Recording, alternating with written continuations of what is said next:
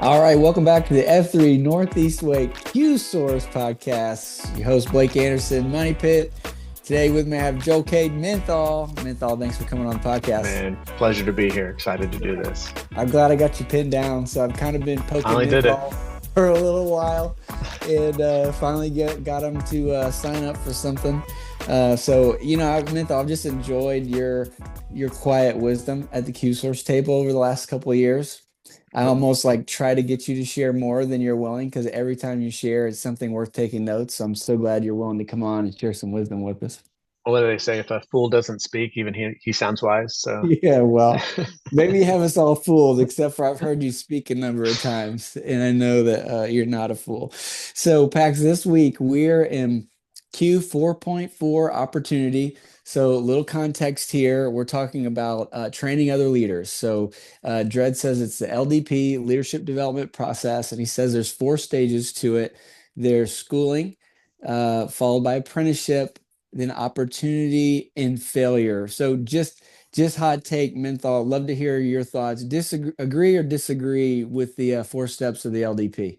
I agree. Like, I think it kind of all gets into that whole idea of like a growth mindset Hmm. of kind of putting people out there that might not even feel themselves that they're ready to do this, but kind of let them feel that and do it anyway, Yeah. knowing that like their leader is a step behind them, giving them feedback, being able to interact with them as they're doing that challenging next step, kind of Hmm. stretching their wings a little bit more than they're comfortable with. And I think that's the big thing. It's going beyond just comfort and kind of expanding into that leadership. Yeah. So has this been done well? This is something that you've lived out. You've had leaders do this well with you as you were growing up as a Yeah, leader?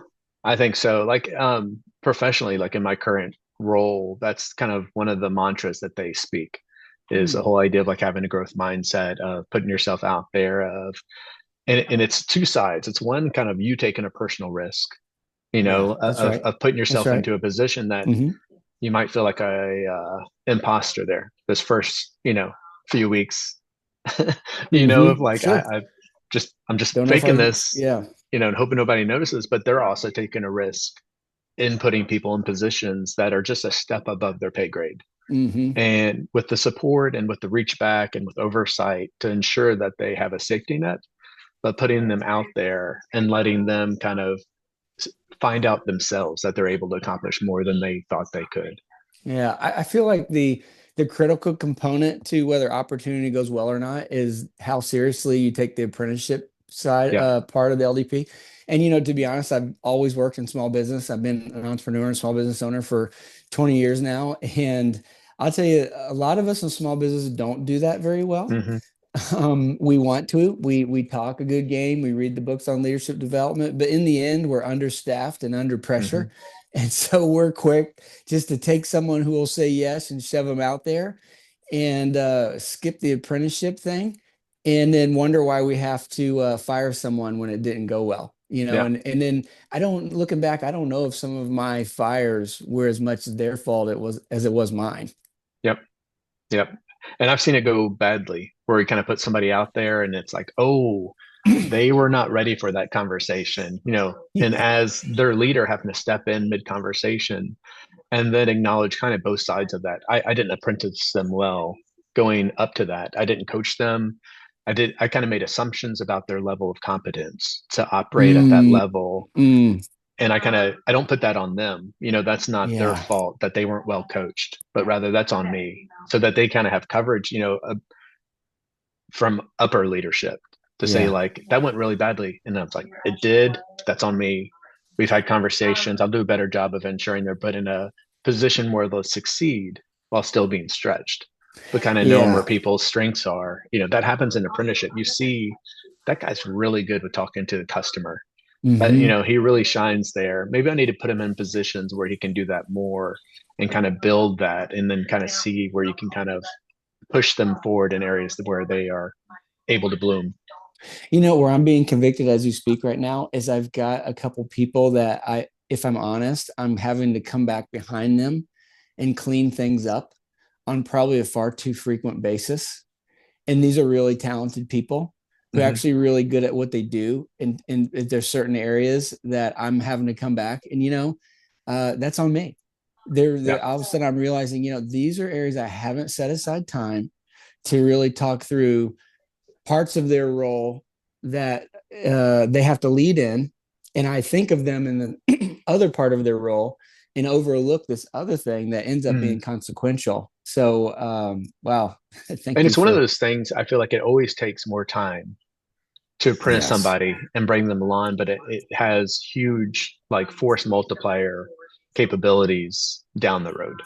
So it's like yeah, an upfront investment. Like it's like you're teaching your kids how to do like load the dishwasher. yeah, right, exactly, Takes forever. forever, But then you yeah, have that ability where like I can trust you to do this now. And you can yeah. do it, and can take it and run with it. And I don't have to worry about it. I remember so my son's 14, he's been mowing the grass for a couple of years. We got a push mower. And I remember, I think he was 12, and the summer came, and I was like, it's time for him to learn. Hmm. And I just thought I'd show him and I'd let him go. And it became really apparent after about 30 seconds that he wasn't big enough to push the mower. Right. But I was like, no, but he has to learn. And at first I was like, oh my gosh, what am I going to do? I ended up mowing the grass with him, both of our hands on the mower, not for Yeah. one mow, but for the whole Oh, season. that's awesome. Right. True For him to friendship. learn. Oh my gosh. And I so was like thinking, I wasn't planning on doing that. But now here I am a couple years later. I haven't started my lawnmower in years. I don't Yeah. have to even think about it. He does an excellent job. He takes care of it on his own, and is because we were kind of forced into this, Yeah. apprenticeship, and it's a microcosm for our leadership professionally as well, right? Yeah. You It know, really is.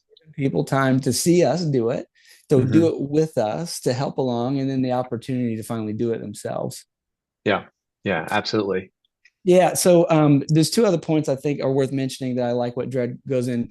He makes this point that, the best players aren't always the best coaches. What are your thoughts Hmm. there? Well, so growing like professionally being in the technology space, Mm-hmm. that's one of those constant things that happens. Is like, wow, you're a great coder. Let's Yeah. make you in charge of this team of Yeah. Of all the coders. coders, right? And that's not, that's a special skill set that Yeah. not every coder has just because you've been there for Right. 10 years or something like that. So that's one of those where it's like sometimes it's the guy that's not the best at coding, but that Yeah. is That's great right. at putting people together, of putting people in great positions and that type of thing. That you almost Yeah. have to kind of pull that out and see who does well in those positions.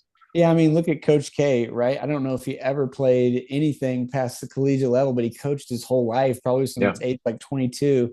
I was thinking, this organization I was helping for a while, they recruited someone to start a business development department because they hadn't done it formally, and they recruited someone who absolutely killed it in the same industry as a sales guy.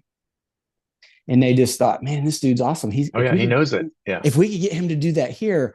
What they weren't honest with themselves is they didn't have the same system set up that he was used to before. They were wanting him to be the leader who built that system, and it fell on its face. It was a Yep. complete flop. And it was so sad. This guy moved from Florida to North Carolina. Their families were close, the relationships destroyed, having to fire the guy. And they spent all this money supporting his position. And the organization didn't go further because, right, he was a great player, Yeah. not a coach. And he wasn't apprenticed to be a coach. He had been apprenticed to be a It's player. a whole different mindset, to have the strategy and to have kind of like a view bigger than yourself to be that, go from performer to being a leader. I think those are, yeah, radically different skill sets at times. Yeah, and I kind of plays this last point that I'm thinking about, and you've been teasing it for the last couple minutes, which is, the virtuous leader encourages others to lead early and lead often. And really, it's the virtuous leader understands that scale and growth is going to be a product of leadership, Hmm. and it's going to be the product of them making room for other leaders to join them Yeah. with the workload, right? Yeah. Yeah. It's one of those things that a lot of time doesn't come naturally to you, Mm-hmm. especially if you yourself are a high performer. It's always easier to do it yourself. Yeah. But I think it's one of those things of acknowledging that you need to step back and make that space for people to step into those roles that you might even do better, but let them run the meeting. Let them do those tasks that are in your wheelhouse, but to let them have Yes. that opportunity to grow.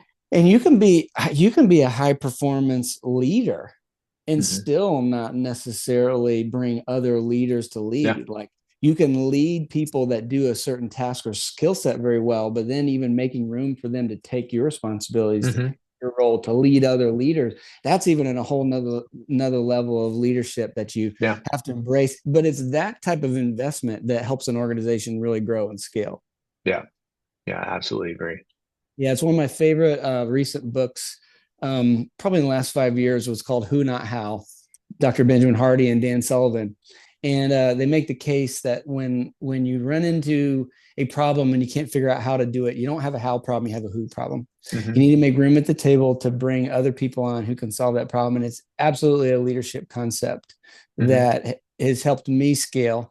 Um, and now through this conversation and last week's conversation, realizing that it's the apprenticeship piece that I need to spend a little bit more time on, so these leaders who I give opportunity to can have greater success. Yeah. I think one of the things we have to acknowledge is that there's a certain amount of risk that's taken on with that. Yes, And so, yes, especially if it's being a small business leader, that yes, you have much more exposure to risk very than much. my huge corporation that has more people behind me that it can put in my position.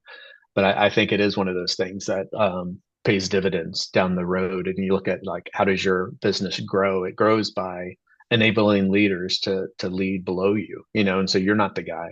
Now you have these Yeah. guys, and that's how you So, can kind of like expand that out. yeah, final thought or question. Have you seen people bottleneck groups because they weren't willing to replace themselves with a leader, and or have you seen people who were willing to invest in their replacement, trusting and believing that that would open up opportunity for them? Because I think that's a vulnerable place, right? Yeah. To train your replacement when you don't necessarily see what's next. But I think it's faith that says, if I'm ever going to step into more, I've got to have someone that can take this from me. Yeah, I think that's what it is. It's like your identity has to be more than your performance at that position. It's got to be something that Yes. like you have to have it rooted somewhere else so that you can take risks and putting yourself out there for positions that you might not get or might not be ready for yet, but to be able to be looking for those people you can apprentice under, to look for those people that you can apprentice, and kind of having both sides of that equation, so that eventually you have that path forward, whatever that looks Yeah. like. I think it's worth reminding. I think a lot of people, when we're stuck in a situation like that, we don't always perceive how someone above us sees what we're doing. Yeah. And I think it's worth reminding us, like, we can probably think in our career of people that have been below us and we're trying to figure out whether they're ready or not. Hmm. And the ones that are ready, we can tell because they're delegating, they're empowering other people. They're not trying to hoard the responsibility. They're not trying to do it all themselves. They're not trying to look like a superstar for everything they do. They're Hmm. actually spreading the love and involving more people. And in that moment, you might feel like, well, if I bring on my replacement, then there's no room for me. But you don't realize what you're showing and proving to the people Hmm. above you who are thinking about you in ways you haven't even considered. Yeah. Yeah, that's a good point. Yeah, I think definitely. I think it's you never know how kind of people are watching your growth in those areas. That's being demonstrating your leadership potential and how you're doing that with the folks below you. Yeah. Yeah, that's good. Menthol, final thoughts. Um, yeah, I just encourage everybody out there, like look for those opportunities to take on some of that risk and kind Yeah. of take it further than you expect it to go. Um, I think the risk is worth the reward when you look at those different opportunities that you have. Yeah. And here would be my tag on encouraging that. If you feel like you're dramatically undertrained, but you're in an organization that's not apprenticing you well, take the initiative and ask for it. Yeah. Yeah. Let your leadership know that this is a desire you have and put yourself in Yeah. positions to kind of jump on those roles that might be a bit of a stretch role. Yeah. Yeah. Yeah. That's good. Well, Pax, I'm sure that you're like me, glad that we got Menthol finally on the podcast before Pleasure. the is over. Glad that you were willing to come on here, share your wisdom. So, Pax, we'll see you this week at the Q Source table. All right. Thanks.